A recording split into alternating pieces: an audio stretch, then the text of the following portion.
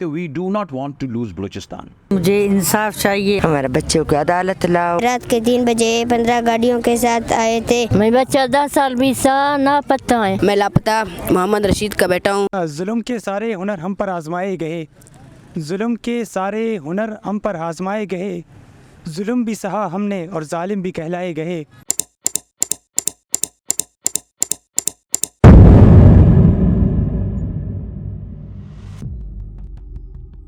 पाकिस्तान के तमाम शहरियों को हमें हमारी रियासत की ज़िम्मेदारी है कि वो आइन और कानून के मुताबिक उनको डील करे और उनकी जो एंग्जाइटी है या उनके जो क्वेश्चंस हैं उनको रिप्लाई करें और इरिटेट ना हो। यानी हमारी जो गवर्नमेंटल जो पर्सनस हैं जो उनको एड्रेस करते हैं वो इरिटेट ना हो। अगर वो यहाँ आ गए हैं और इससे पहले भी 2014 में भी इसी तरह लोग आए थे, तो मैं समझता हूँ कि आइन जो है वो पूरी रियासत की एक बहुत बड़ी एक छतरी है जिसमें तमाम लोगों के राइट्स को प्रोटेक्ट किया जाता है। हम इस्लामाबाद प्रेस क्लब के बाहर मौजूद हैं जहां बलोच मुजाहिरीन हुकूमत के ख़िलाफ़ एहतजाज कर रहे हैं। आइए इनकी कहानी इन्हीं की ज़ुबानी सुनते हैं। हम लोग का बच्चा 10 साल का लापता है। क्यों लापता है? ये छोटी उम्र में इसका पढ़ने का टाइम था। 8वीं जमात में पढ़ते थे मेरे बच्चे, 8वीं जमात का स्टूडेंट था। इसका क्या कसूर है? अगर कसूर हुआ है तो उसको जेल में डालो, जाहिर करो। अगर मारा है तो जाहिर करो, क्यों इस छुपाती हो? मेरे बेटा को 9 साल लापता है। हमको कुछ नहीं चाहिए, इससे बड़ा वाला पागल है। हम गरीब है, इस्लामाबाद कभी नहीं देखा था, बस मजबूरी में आया था, कोटे गया था। आज का दिन चांद रात को उसको लियाकत बाजार से गिरफ्तार किया। जब दिन हम लोग उसे 2 लाख मांगा था, हमारा घर में 1 रुपये भी नहीं था। बिस्मिल्लाहिर्रहमानिर्रहीम। अस्सलाम वालेकुम। मेरा नाम साबिर है, बशीर अहमद बलोच मेरा भाई है। मेरा भाई को ईद के तीसरे दिन 2/7/2023 को लापता किया गया है। रात के 3 बजे 15 गाड़ियों के साथ आए थे। मैं आप लोगों से यही अपील करता हूँ कि मेरा भाई को बाजियाब करे। अगर उन्होंने कोई जुर्म किया है तो उसे अदालत में पेश किया जाए।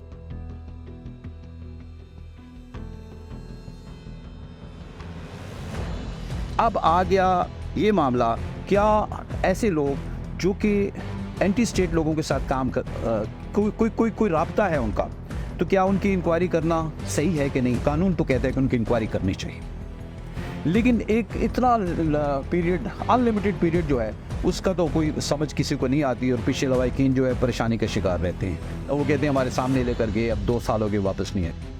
अगर वो ऐसे लोगों के साथ इन्वॉल्व हैं जिनसे रियासत को ख़तरा है या जो रियासत के लिए ख़तरा बने हुए हैं, वो उन लोगों को मैं समझता हूँ कि वो अगर इन्फॉर्मेशन है तो मिसिंग पर्सनस के जो लवाकिन हैं उनको बता दिया जाए कि जी हम जो हैं आपको ये इन्फॉर्मेशन देते हैं और हम उनको लॉफुल जो तरीका है अदालतों में उनके मैटर्स लेके जाएंगे। बहुत सारे लोग ऐसे हैं जो कि मिस होके फिर वापस आ जाते हैं, मिसिंग होके वापस आ जाते हैं। बहुत सारे लोग ऐसे हैं वो फिर अपनी कहानियाँ सुनाते हैं। एक कामयाब रियासत कभी पसंद नहीं करेगी कि उसके शहरी जो हैं और वो उनकी कोई जबरी गुमशुदगी हो। जब पहली बार यहाँ इस्लामाबाद में एंटर हुए थे तो हमारे साथ बहुत जुल्म हुआ था।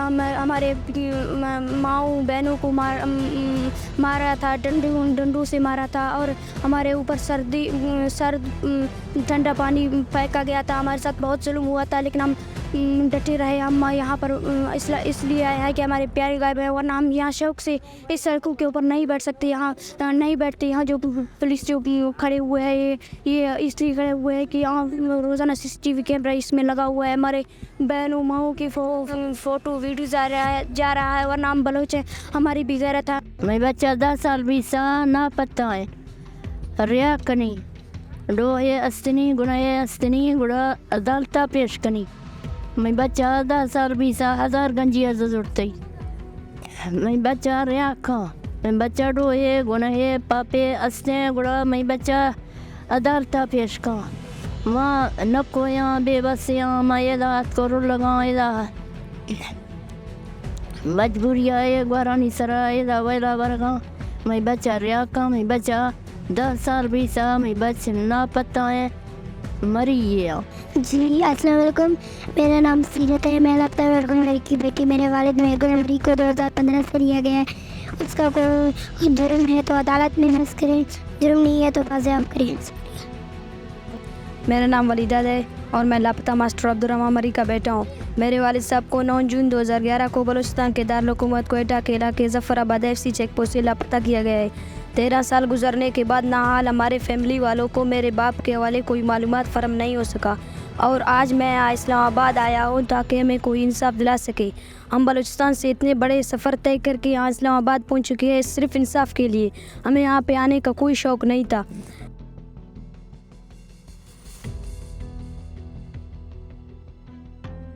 देखिए, हर शहरी पर लाजम है कि वो रियासत से वफ़ादारी करे।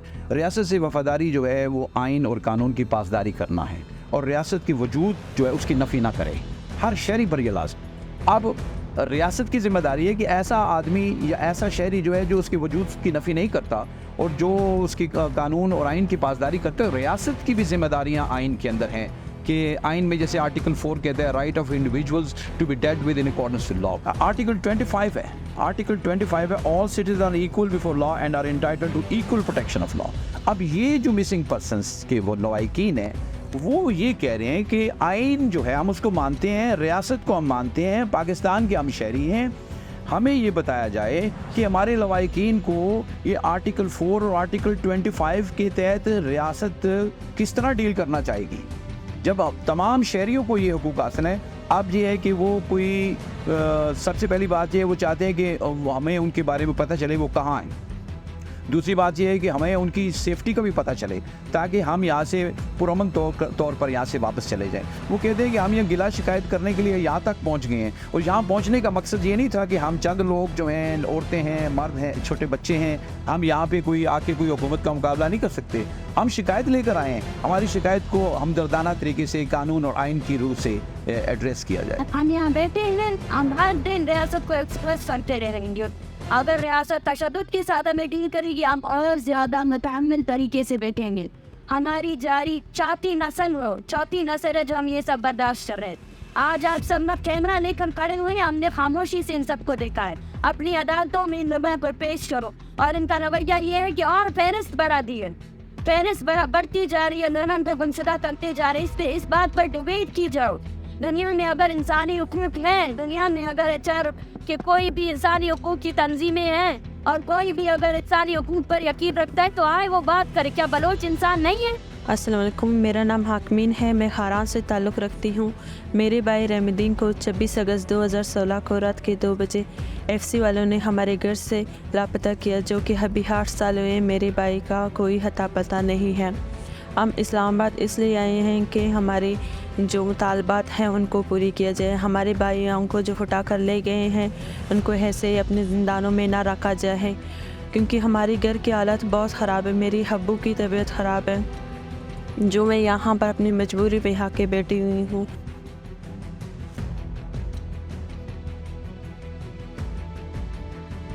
अवामी ताकत भी सबसे बड़ी ताकत है और स्टेट्स कुछ इंस्टीट्यूशन से नहीं बनते। स्टेट की सबसे बड़ी जो कुव्वत है वो अवाम है, अवाम है। और वो अवाम जिसको 75 साल से दबाया गया, वो अवाम जो कुछ फौजी कर्नलों ने कुछ पॉलिसियाँ बनाने, कत्ल गारत की पॉलिसी और लूटने की पॉलिसी, इस लूटने की पॉलिसी के खिलाफ बन रहे थे जद्दोजहद ला रहे हैं। और पूरे पाकिस्तान के मजलूम आवाम से हम ये मुतालबा करते हैं, ये अपील करते हैं कि अब आपको भी खड़ा होना है। फिर हमें कहा जाता है कि क्यों सुप्रीम कोर्ट नहीं जाते हो। सुप्रीम कोर्ट सबसे पहले इस तहरीक से जुड़े हुए हर शख्स को तहफ़्फ़ुज़ दे।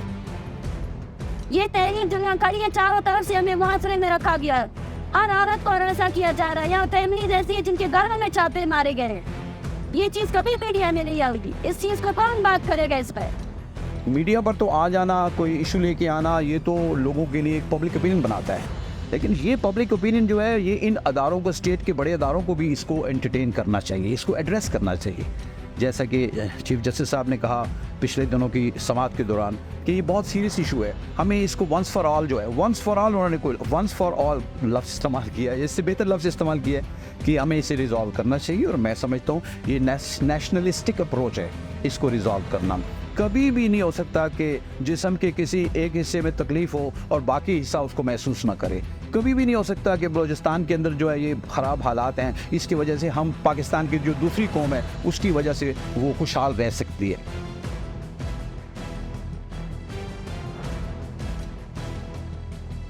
इस्लामाबाद में आए हुए हैं, यहाँ हम लोग ऐश प्रस्त लोग देखते हैं तो हमें अपना मुस्तकबिल बनाने का शौक़ है, हमें स्कूल पढ़ने का शौक़ है, लेकिन हम क्या कर सकते हैं, हमारा कोई मुस्तकबिल बनाने वाला कोई नहीं है। ये जो है ये सब हैं, ये बहुत ऐशप्रस्त लोग हैं, लेकिन हम लोग क्या कर सकते हैं, हम गरीब हैं, हमें तुम आप देख सकते हो, हम बहुत गरीब लोग हैं, हमें कुछ नहीं, हमारा मुस्तकबिल है ना, हमारा पढ़ाई है ना कोई और चीज़ है। हम अपनी झोपड़ियों में रहते हैं, अपना पेट भरने के लिए मजदूरी करते हैं, और हमारी ना पढ़ाई है ना कोई बलुचिस्तान में स्कूल है ना कोई चीज़ है। हम ऐसे जंगल में बैठे हुए हैं कि ना कोई इसमें हॉस्पिटल है ना कोई चीज़ है। हम यही सबसे अपील करते हैं कि बस हमारे प्यारों को वाजिब किया जाए। हम इस ज़िंदगी में खुश हैं, हमें ऐशप्रस्त वाली ज़िंदगी नहीं चाहिए, बस हमारे प्यारों को वाजिब किया जाए।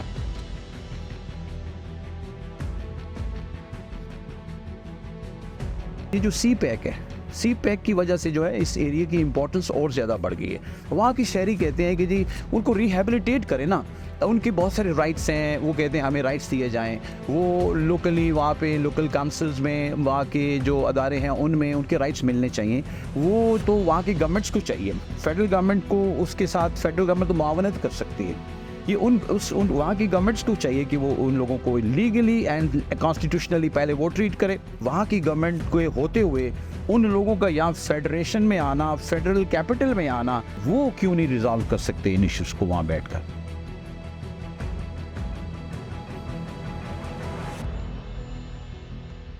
ये जो तस्वीर इसने पकड़ा है, ये इसका बेटा है। ये रो अपने बेटे के लिए रो के इसका आँख ख़राब हो गया। आप हमारे बात सुने, हमारे आवाज़ बड़ा करें और हमारे साथ दें, हमारे लोगों को रिहा करें। हम बाकायदा मुतालबा करते हैं यूएनओ से, जो डॉक्टर मारंग बलोच की जो वो है, वो कहते हैं कि यूएनओ की तरफ से हमारे लिए कमेटी बनाई जाए, वो हमें आए रिटर्न में लिख कर दे, यकीन दहानी कराएं जो हमारे मिसिंग पर्सन सारे उनको आप रिलीज़ करवाएंगे। और दूसरी बात, बलूचिस्तान में से इसके बाद कोई भी बंदा मिसिंग नहीं होगा।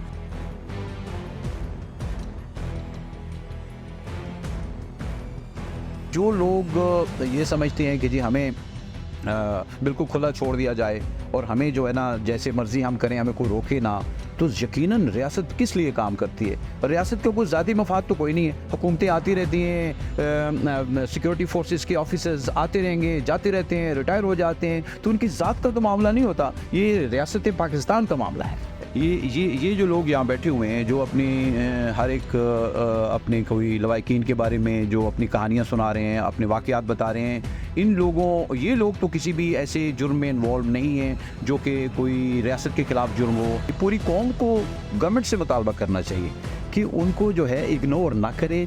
और ये बहुत पुरानी कहानी सुनाते हैं 71 से, फिर उसके बाद 2001 की बात करते हैं, फिर उसके बाद जो है बाद में करते 2022-23 तक कहते हैं। मुख्तलिफ यहाँ लोगों ने अपने बयानात दिए हैं और वो सब लोगों ने वो मीडिया पे देखी है। वो जो शिकायत है, क्या गवर्नमेंट के लिए कोई नामुमकिन बात तो नहीं है उसको हल करना? इस्लामाबाद हाई कोर्ट से हम लोग को इंसाफ चाहिए। अगर इंसाफ नहीं देती तो हम लोग निकल जाएंगे, इधर क्या करेगा। हमको सिर्फ एक दफ़ा हम लोगों को दिखाओ कि हमारा बच्चा कैसा है। हम लोग इंतज़ार में दिन रात सो भी नहीं सकता है, बहन भाई सब इंतज़ार में इसका कि जब दिन आएगा। हम लोग को कह आप लोग मजबूरी समझ रहे हो कि हम लोग किस चीज़ से आए, अपने बेटियों के लिए आया है। जवान होता है हमसे लेकर जाता है, तो जुल्म तो नहीं है। पहले दूसरे मुल्क में होता था, बलूचिस्तान के जुल्म में होता है कि गरीबों के बच्चों को बागा करता है।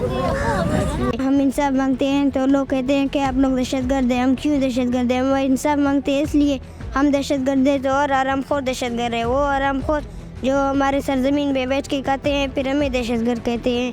और उम्मीद करते हैं कि कोई हमें आए, सुने और हमारे मसले मसाइल हल करे। देखिए, किसकी ख्वाहिश नहीं है कि बलूचिस्तान जो है उसके हालात नॉर्मल हों। वो किसकी ख्वाहिश नहीं है कि जो बलूचिस्तान के लोग जो हैं उनके हकूक़ जो है उनको मुहैया कीजिए। मैं समझता हूँ हर शहरी चाहता है कि बलूचिस्तान के हकूक़ जो है उनके शहरियों को उनके हकूक़ दिए जाएँ।